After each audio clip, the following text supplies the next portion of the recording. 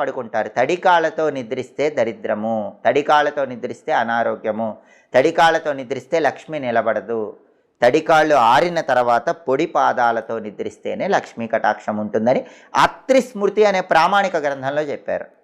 అలాగే విరిగిన మంచం మీద నిద్రపోకూడదని మహాభారతంలో చెప్పారు. అది కూడా దరిద్రాన్ని కలిగిస్తుంది.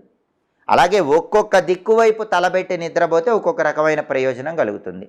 తూర్పు వైపు తలబెట్టి నిద్రిస్తే విద్యాప్రాప్తి కలుగుతుంది. కాబట్టి విద్యార్థులందరూ తూర్పు వైపు తలబెట్టి నిద్రపోవాలి.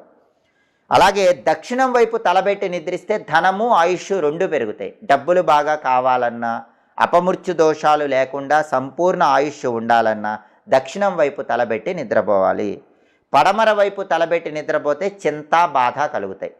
ఉత్తరం వైపు తలబెట్టి నిద్రపోతే అపమృత్యు దోషాలు అనారోగ్యాలు వస్తాయి. ఎట్టి పరిస్థితుల్లో ఉత్తరం వైపు తలబెట్టి నిద్రపోకూడదు. పడమర వైపు కూడా అంత మంచిది కాదు.